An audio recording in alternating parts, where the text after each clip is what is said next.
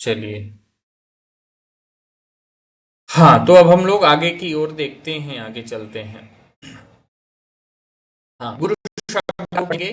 गुरुः, गुरु, गुरवः इति प्रथमा।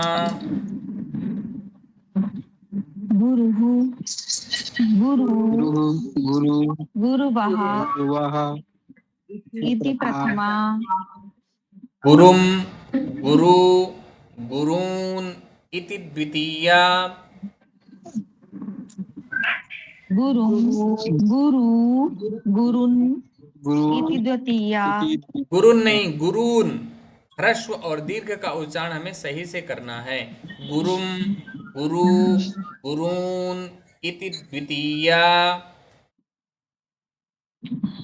गुरुं, गुरु गुरु, गुरु गुरून् गुरून् इति इति द्वितीया। द्वितीया। गुरुणा, गुरुभ्यां, गुरुभिः इति तृतीया। गुरुणा, गुरुभ्यां, गुरुभिः गुरुभिः इति तृतीया। गुरवे, गुरुभ्यां, गुरुभ्यः इति चतुर्थी। गुरुवे, गुरुभ्यां, गुरुभ्यः इति चतुर्थी। गुरवे, गुरुभ्यां, गुरुभ्यः इति चतुर्थी। गुरुवे, गुरुभ्यां, गुरुभ्यः इति चतुर्थी। गुरोः, गुरुभ्यां, गुरुभ्यः इति पंचमी। गुरोः, गुरुभ्यां, गुरुभ्यः इति पंचमी। गुरोः, गुर्वोः, गुरूणाम् इति षष्ठी। गुरोः, गुरुवोः, गुरूणाम् इति षष्ठी। गुरौ, गुर्वोः, गुरुषु इति सप्तमी। गुरौ, गुरुवोः, गुरुषु इति सप्तमी। हे गुरो, हे गुरु, हे गुरवः इति संबोधनम्। हे गुरो, हे गुरु हे गुरु, हे गुरुवः इति संबोधनम्। अब जैसे इसमें प्रश्न क्या क्या कैसे बन सकते हैं। प्रश्न तो या तो प्रथमा एक वचन द्विवचन का बहुत ही कम पूछता है। एक पूछेगा तो हो सकता है कि प्रथमा द्वितीया में पूछ सकता है द्विवचन, या फिर षष्ठी सप्तमी इनमें पूछ सकता है। नहीं तो इसकी संभावना कम ही है। अधिकाधिक संभावना एक वचन और बहुवचन में है। तो प्रथमा द्वितीया तृतीया इनमें से किसी का भी एक वचन बहुवचन पूछ सकता है। अधिकाधिक जो पूछने वाला है प्रथमा द्वितीया तृतीया में से। फिर बाकी इधर तो आपको एक वचन में सबको ही याद रखना है। बहुवचन में हो सकता है कि कुछ कम याद करें, लेकिन प्रथमा द्वितीया मुख्य रूप से। कई बार तृतीया भी पूछ लेते हैं, चूंकि कुछ में जैसे बालकई ही, बालक आकारांत में बालकई था, यहाँ पर गुरु भी था, उधर मुनि भी था। तो ये थोड़ा सा एक एक ट्रिक पकड़ लेंगे तो आपको समस्या नहीं होगी। इसके बाद षष्ठी और सप्तमी के बहुवचन में पूछे जाते हैं अधिकाधिक प्रश्न, क्योंकि कुछ जगह नाम कुछ जगह नाम ये जो होता है तो गुरु नाम, मुनि नाम ना। अब यहाँ जब देखें षष्ठी बहुवचन में देखेंगे तो हम लोग जो भी है उसका गुरु कर देते हैं। मुनि है तो मुनि कर देंगे, मुनि नाम। भानु है तो भानु नाम, ठीक। कपि है तो कपि नाम। अब अर्थात दीर्घत्व करके उसमें नाम या नाम जोड़ दे रहे हैं। बालक, बालका नाम। यहाँ भी बालकंत में है तो आकारांत कर दिए। जो भी है, इकारांत है तो दीर्घ इकारांत कर दिए, उकारांत है तो दीर्घ उकारांत कर दिए। जैसे यहाँ पर गुरु नाम है, भानु नाम, कपि नाम। अब जबकि सप्तमी में क्या है, जो शब्द रूप है वैसा ही रहेगा और उसमें ह्रस्व मूर्धन्य षकार उसमें जोड़ देंगे। गुरुषु, भानुषु, कपिषु ना, बालकेषु, वहां भी शु जुड़ा हुआ है, ह्रस्व उकारांत के साथ षकार। तो ये हमें ध्यान देना है। षष्ठी में नाम लाम के साथ जो भी शब्द रूप है उसका दीर्घत्व करके तब नाम लाम जोड़ेंगे, और सप्तमी में ह्रस्व के साथ ही जैसा है या प्रातिपदिक के साथ ही उसमें दो बनेंगे।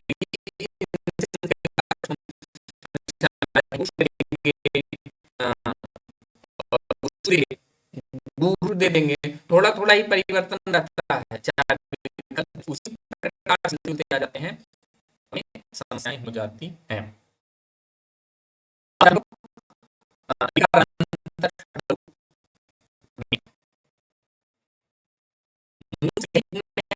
इकारांत, उकारांत और ऋकारांत, चार शब्द रूप।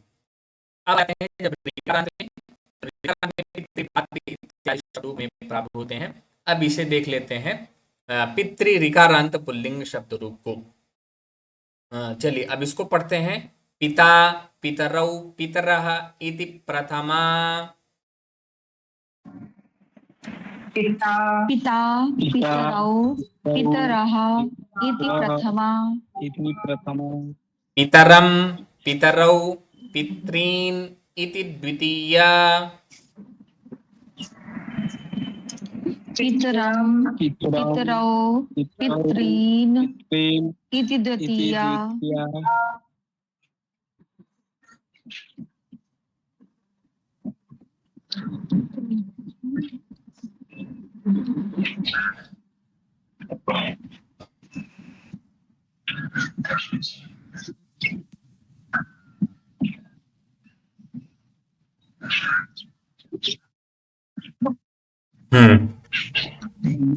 एक निमेष।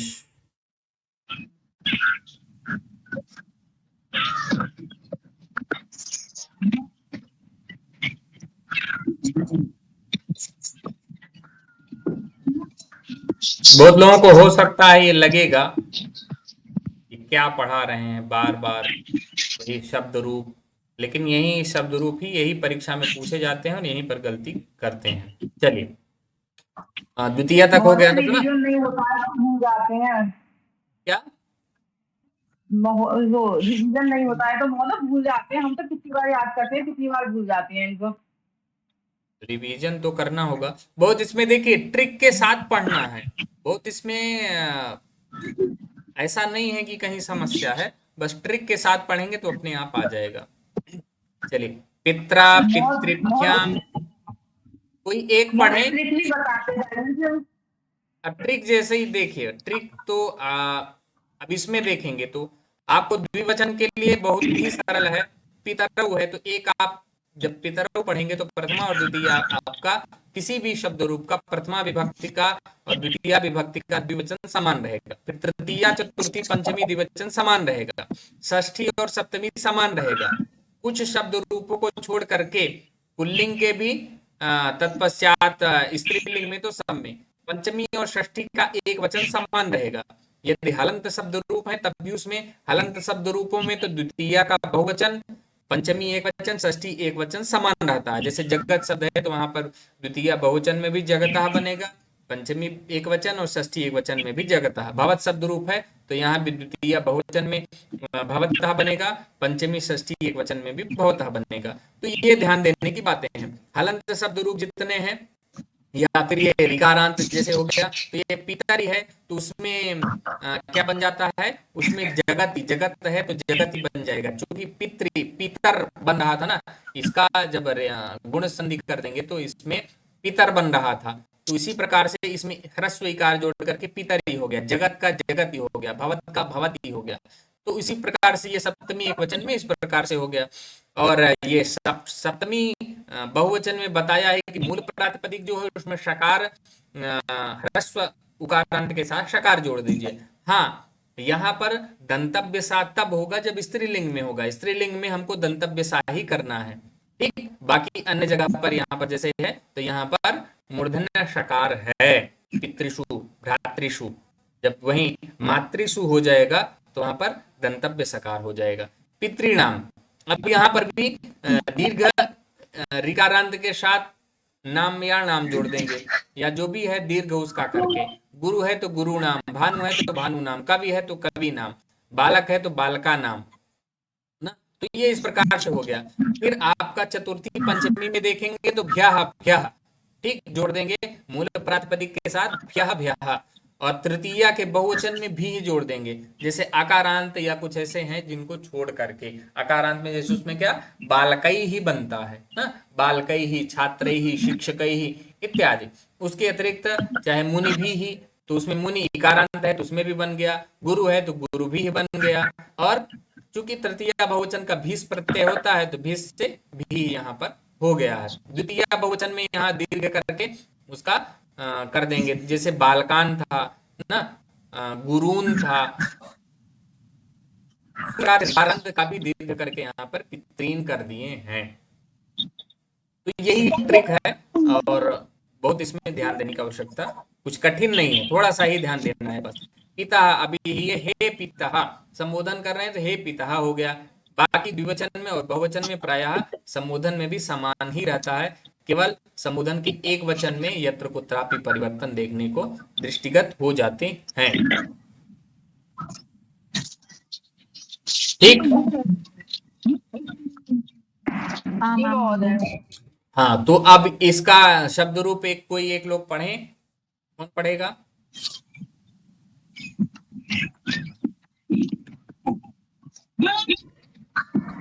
हम पढ़े महोदय। हाँ रीता महोदय। बाकी जब काम नहीं है तो कृपया म्यूट कर लें, अनावश्यक ध्वनि ताकि ना आए। दीपक महोदय हाँ म्यूट कर लें। रीता महोदय पढ़िए आप। पिता पितरौ पितरः इति प्रथमा, पितरं पितरौ पितॄन् इति द्वितीया, पित्रा पितृभ्यां पितृभिः इति तृतीया। कहीं जाना नहीं है, आराम से पढ़िए, जल्दबाजी में पढ़ेंगे तो शब्द रूप गलत होगा। पित्रा पितृभ्याम पितृभिः इति तृतीया। कहीं जाना है क्या? आराम से पढ़िए, शुद्ध पढ़िए। ठीक है। हाँ, पित्रा पितृभ्यां पितृभिः इति अब यहाँ तृतीया। पितृ भी करके इसको दीर्घ कर दे रही हैं आप। पितृभिः सामान्य ही पढ़ना है, पितृभिः। पितृभिः, पित्रे पितृभ्यां पितृभ्यः इति चतुर्थी, पितुः पितृभ्यां पितृभ्यः इति पंचमी, पितुः पित्रोः पितॄणाम् इति षष्ठी, पितरि पित्रोः पितृषु इति सप्तमी। हे पितः हे पितः हे पितरौ हे पितराः इति संबोधनम्।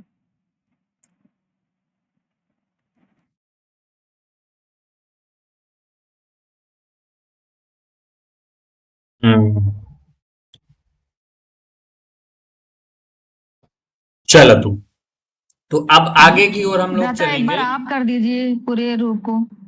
अच्छा, हम अकेले पढ़ें या साथ में आप लोग पढ़ेंगे? साथ पढ़िए, आप अकेले साथ कर में। दीजिए, एक बार आप कर दीजिए। चलिए। पिता पितरौ पितरः इति प्रथमा, पिता पितरौ पितरः इति प्रथमा, मिला करके पढ़ें। पितरम पितरौ पितॄन् इति द्वितीया, पितरं पितरम पितरौ पितरौ पितॄन् पितॄन् इति इति द्वितीया, द्वितीया, पित्रा पितृभ्यां पितृभिः इति तृतीया, पित्रा पित्रा पितृभ्यां पितृभिः पितृभिः इति तृतीया, तृतीया, पित्रे पितृभ्यां पितृभ्यः इति चतुर्थी, पित्रे पितृभ्यां पितृभ्यां पितृभ्यः इति चतुर्थी। अब जब देखेंगे पित्रे है ना, ऋकारांत के जितने भ्रात्रे मात्रे इत्यादि तो बनेंगे ही।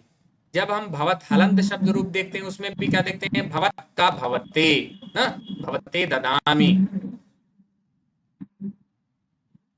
या अन्य जितने भी हलंत शब्द रूप हैं उनमें इस प्रकार लगभग है ना। पित्रा है, अब यहाँ पर ये है तो गुरुणा, ठीक। भ्रात्रा ऋकारांत में देखेंगे तो भ्रात्रा, स्वस्रा स्त्रीलिंग में अगर चले जाएंगे तो स्वस्रा, मात्रा, एक थोड़ा सा ध्यान देने की बात है, ट्रिक ही है, बहुत कठिन नहीं है, उसके बाद अपने आप आ जाएगा। पितुः पितृभ्याम पितृभ्यः इति पंचमी। पितुः पितृभ्यां पितृभ्यः इति पंचमी। इति पंचमी। पितुः पित्रोः पितॄणाम् इति षष्ठी। पितुः पित्रोः पितॄणाम् पितॄणाम् इति षष्ठी। इति षष्ठी। पितरि पित्रोः पितृषु इति सप्तमी। पितरि पित्रोः पितृषु इति सप्तमी। इति सप्तमी।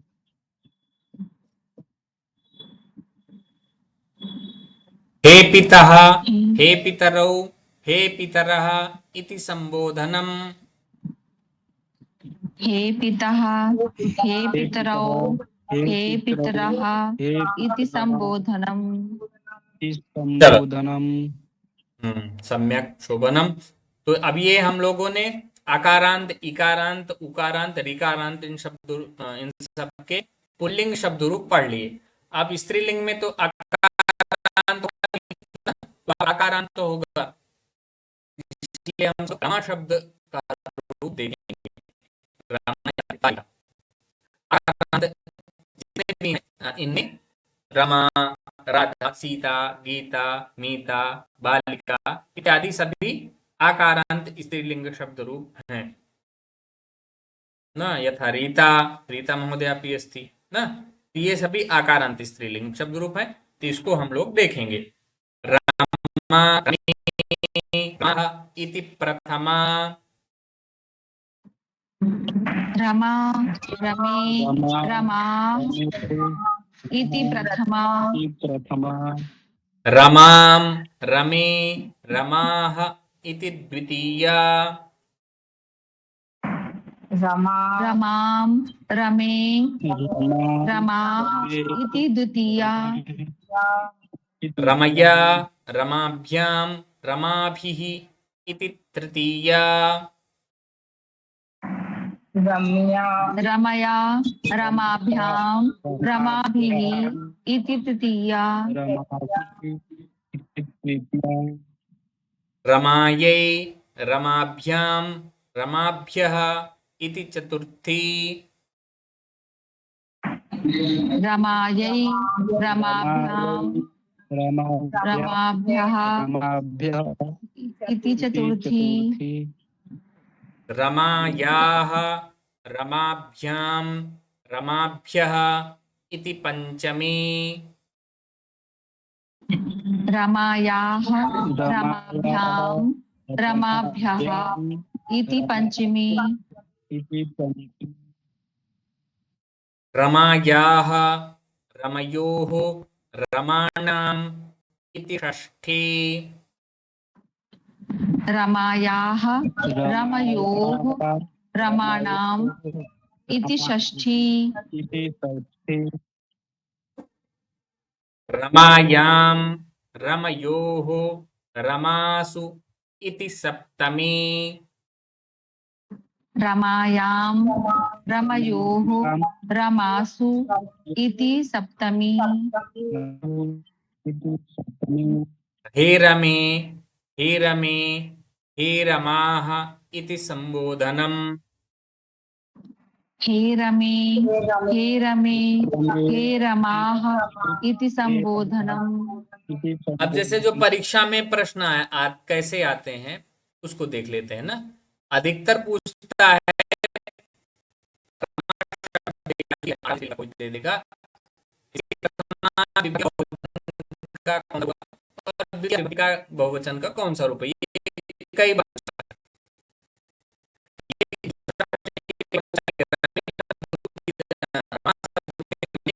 द्विवचन,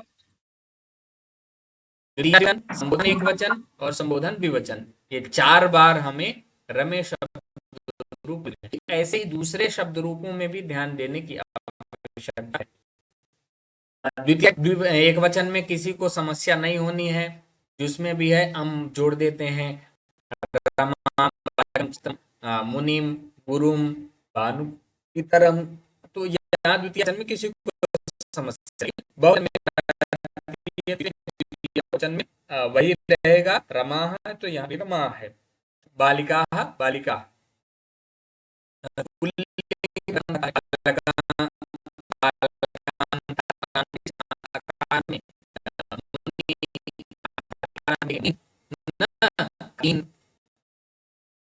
ऋषिन में देखेंगे तो गुरुन, अनुन आदि में प्राप्त होते हैं। स्त्रीलिंग में बहुवचन में रमाहा, बालिकाहा, छात्राहा इत्यादि।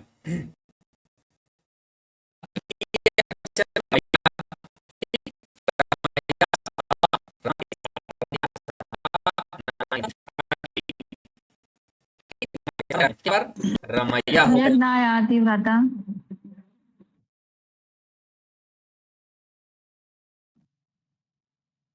अधुना सम्यक् गच्छति, न जाने का आम्, समस्या अस्ति। ध्वनि स्पष्टं न आयाति। गच्छति वा न? आगच्छति आयाति आयाति महोदय। तो पंचमी और षष्ठी एक वचन में आपका यही समान रूप हो जाएगा। स्त्रीलिंग के जितने भी हैं सभी में रमायाः रमायाः, बालिकायाः बालिकायाः, छात्रायाः छात्रायाः, अथवा ईकारांत स्त्री अन्य भी शब्द रूप जब देखेंगे तो उसमें भी इसी प्रकार से शब्द रूप चलेंगे। तो हमें ये ध्यान में रखना है। अब आगे सप्तमी एक वचन में देखते हैं तो रमायाम, उसमें पुल्लिंग में जब देखे थे तो क्या पढ़े थे? बालक अकारांत में बालके, छात्रः छात्रे, इकारांत में क्या? मुनौ न, मुनि मुनौ, ऋषि ऋषौ, गुरु गुरौ। यही तो देखे थे कि और कुछ देखे थे? वही देखे थे महोदय। अब सप्तमी बहुवचन में मैंने पहले ही आपको बताया था ना, यहाँ पर दंतव्य सा रहेगा। पुल्लिंग में क्या था? मूर्धन्य षकार था, यहाँ पर दंतव्य सा। तो यही ऐसे ही प्रश्न आते हैं। सप्तमी बहुवचन का रूप पूछ लिए आपको पता है रमासु है, अब इसमें दंतव्य सा है कि तालव्य सा है कि मूर्धन्य सा है ना, वही समस्या होती है। अधिकाधिक मूर्धन्य और दंतव्य का ही यहाँ पर प्रयोग हुआ है। तो ये रमासु हो जाएगा। स्त्रीलिंग में आपको ध्यान रखना है दंतव्य सकार ही रहेगा, मूर्धन्य षकार का प्रयोग नहीं होगा।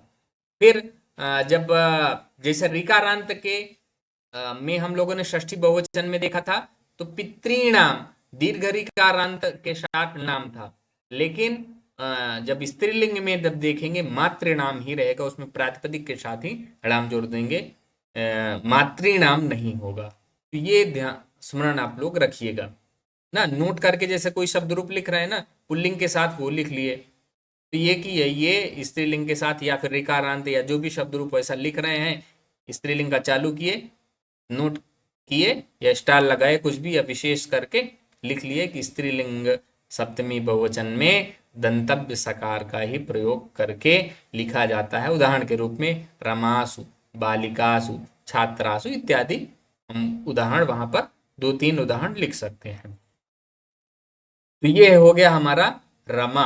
अब आ जाते हैं दीर्घ इकारांत में, क्योंकि उसमें दिया तो वैसे नहीं था, लेकिन इकारांत है तो ह्रस्व इकारांत भी आ सकता है, दीर्घ इकारांत भी आ सकता है। ऐसा तो उन्होंने लिखा नहीं है कि केवल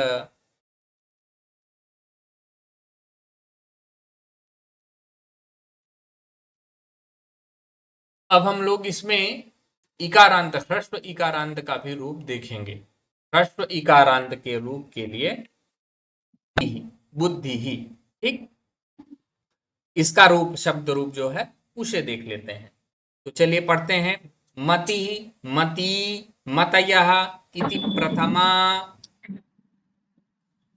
मति मति मतयः मतयः इति प्रथमा, मतिम मति मतीः इति द्वितीया,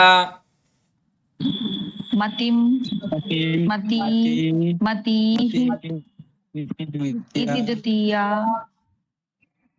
मत्या मतिभ्यां मतिभिः इति तृतीया मत्या मतिभ्यां मतिभिः इति तृतीया इति तृतीया मतये मतिभ्यां मतिभ्यः इति चतुर्थी मतये मतिभ्यां मतिभ्यः इति चतुर्थी। इति अब देखिए यहाँ पर विकल्प से एक मत्यई शब्द रूप भी बनता है, इसको भी हमें ध्यान में रखना है। मत्यई मतिभ्यां मतिभ्यः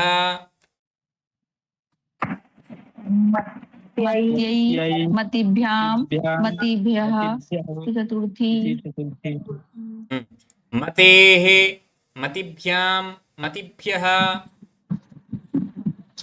मतेः मतिभ्यां मतिभ्यः इति पंचमी। इति पंचमी सम्यक।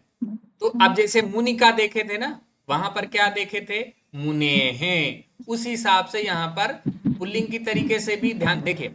पुल्लिंग इकारांत उकारांत बहुत अधिक अंतर नहीं है, एक जब याद करेंगे तो दोनों लगभग वही है, बस स्त्रीलिंग के हिसाब से इसमें थोड़े से जो परिवर्तन हो जाते हैं उनको ध्यान में रखना है। यहाँ पर फिर आ जाते हैं क्या, ये जैसे नदी इत्यादि का शब्द रूप ईकारांत के लिए मत्यई मत्याह मत्याह विकल्प से बनेगा, तो उसी के लिए मत्याह मत्याह ये भी विकल्प से यहाँ पर दे दिए हैं। ठीक, मत्यई मत्याह मत्याह मत्या। कुछ शब्द रूप जैसे होते हैं ना, रात्रि का रात्रि भी बनता है विकल्प से, दीर्घ मूल ह्रस्व इकारांत शब्द रूप है, लेकिन विकल्प से उसका रात्रि भी बनता है। तो उसी आधार पर यहाँ पर ये चतुर्थी पंचमी षष्ठी सप्तमी में उसके हिसाब से शब्द रूपों का परिवर्तन करके विकल्पात्मक स्वरूप में मत्यई मत्याह मत्याह मत्याम ये 4 रूप दिए गए हैं। हाँ, तो हम लोग पंचमी हो गया था ना, षष्ठी में आते हैं। मतेः मत्योः मतीनाम इति षष्ठी। मतेः मत्योः मतीनाम इति षष्ठी। मत्याः मत्योः मतीनाम इति षष्ठी। मत्याः मत्योः मतीनाम इति षष्ठी। मतौ मत्योः मतिषु इति सप्तमी। मतौ मत्योः मतिषु इति सप्तमी। मत्यां मत्योः मतिषु इति सप्तमी। मत्यां मत्योः मतिषु इति सप्तमी। मतीषु नहीं, मतिषु जैसा है बस उसी में ह्रस्व दीर्घ जो भी है उसी में जोड़ देना है। प्रातिपदिक के रूप में है मति ना, वही प्रातिपदिक में शु जोड़ देंगे, मतिषु, मतीषु नहीं। ठीक, दीर्घ किस में करेंगे, मूर्धन्य सकार आ गया। हाँ, तो आकारांत के लिए वो था ना, हर जगह तो नहीं अच्छा, होगा ना ये। आकारांत के लिए। हाँ। अस्तु अस्तु। तो षष्ठी बहुवचन में क्या, वहां पर आपको दीर्घ करना है, मती नाम। यहाँ पर सप्तमी में नहीं करना है, सप्तमी प्रातिपदिक के साथ ही शु जोड़ देंगे। हे मते हे मति हे मतयः इति संबोधनम। हे मते हे मति हे मतयः इति संबोधनम। इसमें जैसे प्रश्न क्या क्या पूछ सकते हैं, एक तो ये पूछ लिया कि मति कितनी बार आया है, तो इसमें मति जो ध्यान देख ये अच्छा, इसमें भी तो कहीं मति हे मते नहीं, हे मति नहीं बनेगा, इसमें हे मते ही बनेगा। बना था ना, याद है कि नहीं याद है, अभी तो पहले तो इसी प्रकार से बनेगा। आकारांत स्त्रीलिंग में 4 रूप बनेंगे, द्वितीया बहुवचन, प्रथमा द्वितीया का, संबोधन एकवचन द्विवचन का समान रूप बनेगा। चलिए अब आ जाते हैं, इकारांत तो हो गया ना, अब हम लोग नदी शब्द रूप देख लेते हैं, दीर्घ इकारांत। ये करके आज समाप्त करेंगे, फिर अगले दिन कक्षा में देखेंगे।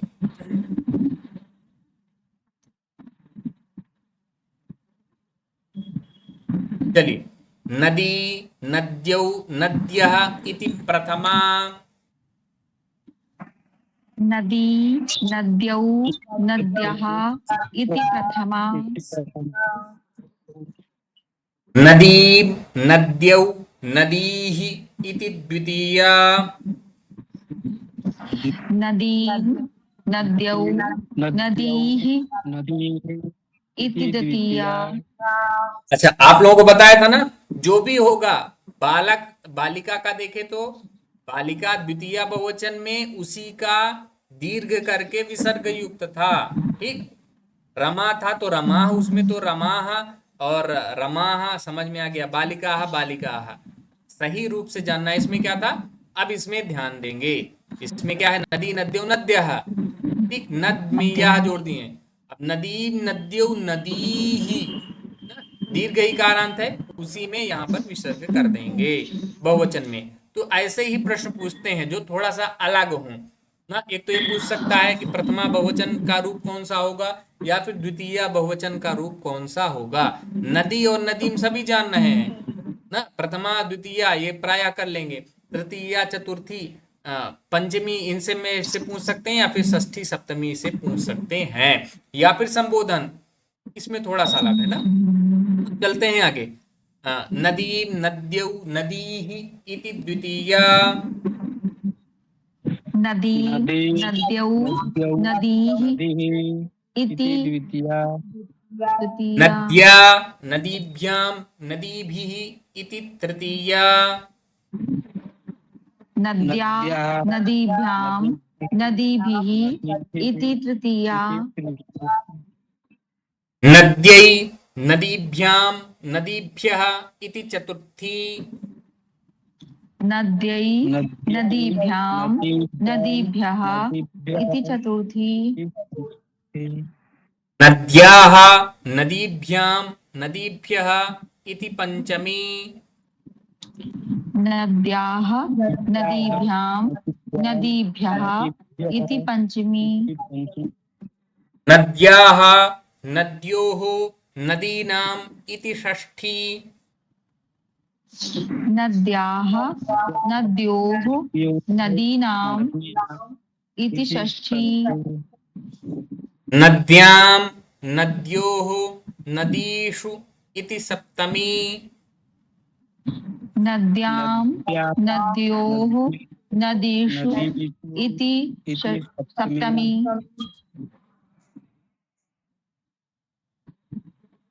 हे नदी, हे नद्यौ, हे नद्यः इति संबोधनम्। हे नदी, हे नद्यौ, हे नद्यः इति संबोधनम्। तो ये इस प्रकार से हम लोगों ने इकारांत स्त्रीलिंग तक देख लिया है, आगे कल पढ़ेंगे।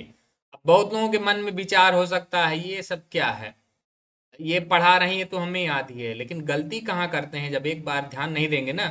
अच्छे अच्छे लोग, मैं बता रहा था ना कल की कक्षा में कि जो मुझे याद था वही पढ़ा रहा हूँ संख्या में भी, लेकिन परीक्षा में आपका दिमाग आधा हो जाता है, मस्तिष्क आधा कार्य करता है, परीक्षा का तनाव अलग से होता है ना।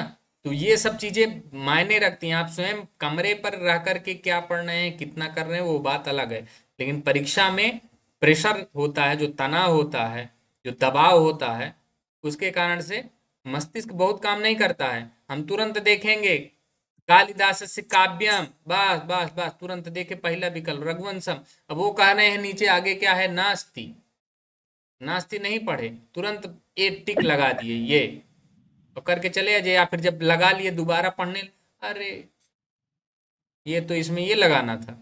अब ऑनलाइन अगर नहीं है, ऑनलाइन भी है तो आप बार बार तो वही चेक करते नहीं रहेंगे, जरूरी नहीं है कि आपको समय ही मिले। और प्रायः ये सभी परीक्षाएं ऑफलाइन ही हैं, ऑनलाइन है नहीं, तो आप सुधारने का भी आपको मौका नहीं मिल सकता है। तो इसलिए बहुत सोच समझ करके, दिमाग शांत रख करके ही करना चाहिए। और ये अगर आप सरल प्रश्न गलत कर दिए वहीं से आप फाइट से बाहर हो गए। कठिन तो सबके लिए कठिन है, उसको बहुत कम ही लोग कर पाएंगे, लेकिन सरल करने वाले बहुत लोग हैं, अधिकतर सब जान रहे हैं। तो आरंभ में ये लग सकता है ये क्या शब्द रूप है, ये तो हमको रटा हुआ है ना। मैं भी सोच सकता हूँ क्यों पढ़ा रहा हूँ, इसमें मेरा ही समय जा रहा है, कुछ नहीं, इसको ये सब याद है ना। लेकिन आरंभिक से जब तक आपका बेस मजबूत नहीं होगा, सरल चीजें आप सही नहीं करेंगे, तब तक आप फाइट से बाहर हैं। बाद में उसके बाद आप फाइट में आएंगे, जब आप सरल आपके सब सही हैं, तब उसके बाद जो कठिन प्रश्न हैं उनको कर रहे हैं अटेम्प्ट, उसमें अच्छा कर रहे हैं, तब आप फिर फाइट में रहेंगे, प्रतियोगिता में रहेंगे। चलिए, तो आज की कक्षा बस इतनी ही। और है हाँ, अरे हम संस्कृत विषय से अगर टीजीटी पीजीटी का परीक्षा दे रहे हैं तो उसमें सिर्फ संस्कृत से सवाल होता है कि और सब्जेक्ट से रहेगा? हाँ, ये टीजीटी अगर देखिए, अब परीक्षाएं अलग अलग परीक्षाओं के लिए अलग अलग पाठ्यक्रम है। अगर आप एलटी टीजीटी देते हैं, जैसा कि अभी जिसका मैंने पाठ्यक्रम दिखाया था, तो उसमें केवल और केवल आपको विषय से संबंधित ही प्रश्न आएंगे। जबकि यदि आप देते हैं एलटी टीजीटी, मैंने एलटी टीजीटी तो नहीं कहा था, टीजीटी देते हैं तब तो उसमें विषय से संबंधित ही आएंगे। एलटी टीजीटी देते हैं तो आपको प्रथम प्रश्न पत्र अर्थात सामान्य ज्ञान की भी जानकारी आवश्यक है। जीएसजी के सामान्य ज्ञान ना, जनरल जी नॉलेज की का भी ज्ञान आवश्यक है। सामान्य आपसे कुछ रीजनिंग के भी सब सवाल उसमें पूछे जा सकते हैं ना। तो सामान्य एक हर चीजों का ज्ञान उसमें सामान्य तरीके से रहना आवश्यक है। असिस्टेंट प्रोफेसर का देंगे, उसमें भी आपको जीएसजी के इत्यादि का ज्ञान आवश्यक है। पीजीटी हाँ देते हैं, यूपी पीजीटी में है। डीएसएसएस भी देंगे तो उसमें भी आपको जनरल साइंस, सामान्य ज्ञान, सामान्य विज्ञान इत्यादि का ज्ञान आवश्यक है। तो कौन सी आप परीक्षाएं दे रहे हैं, परीक्षा के आधार पर निर्धारण किया जाता है। बिहार टीजीटी का भी यही सिलेबस खत्म हो गए? हर जगह का अलग अलग पाठ्यक्रम है। हाँ रहेगा, लगभग लगभग मूल विषय वही रहते हैं, थोड़े थोड़े परिवर्तन रहते हैं। अब टीजीटी और यूपी एलटी टीजीटी में थोड़ा सा ही परिवर्तन है, कुछ इसमें ग्रंथ बढ़ा दिए गए हैं। उसमें जो जितना डीपली पूछता है, इसमें कुछ चीजें सामान्य अध्ययन के रूप में पूछ लिए हैं जो बढ़ाए हैं, तो ना, तो यही थोड़ा थोड़ा सा अंतर है। पीजीटी का सिलेबस थोड़ा सा दूसरा है, उसमें ग्रंथ मान लीजिए अभिज्ञान शाकुंतलम पूर्ण रूप से है, मृच्छकटिकम पूरा है ना, कादम्बरी पूर्ण है। जबकि ये इसमें जब देखेंगे टीजीटी में, तो हमें शुकनाशोपदेश ही है कादम्बरी का भाग, और अभिज्ञान शाकुंतलम का चौथा अंक ही है, उत्तरामचरितम का तीसरा अंक है। तो यही थोड़े थोड़े परिवर्तन है। यूं ही यूजीसी चले जाएंगे, नेट या फिर असिस्टेंट प्रोफेसर, तो उनमें भी सब में पूरी पुस्तकें लगी हुई हैं ना। तो ये टीजीटी पीजीटी एलटी इत्यादि सबका मिला करके असिस्टेंट प्रोफेसर के लिए परीक्षा जो होती है, उनमें सब सारे पाठ्यक्रम हमें प्राप्त होते हैं। तो किस परीक्षा के लिए दे रहे हैं ये महत्वपूर्ण होता है, उसके आधार पर। चलिए, तो अब हम लोग शांति मंत्र करके विराम लेते हैं। शांति मंत्र आज लक्ष्मी गुप्ता महोदया करेंगी। अमृता।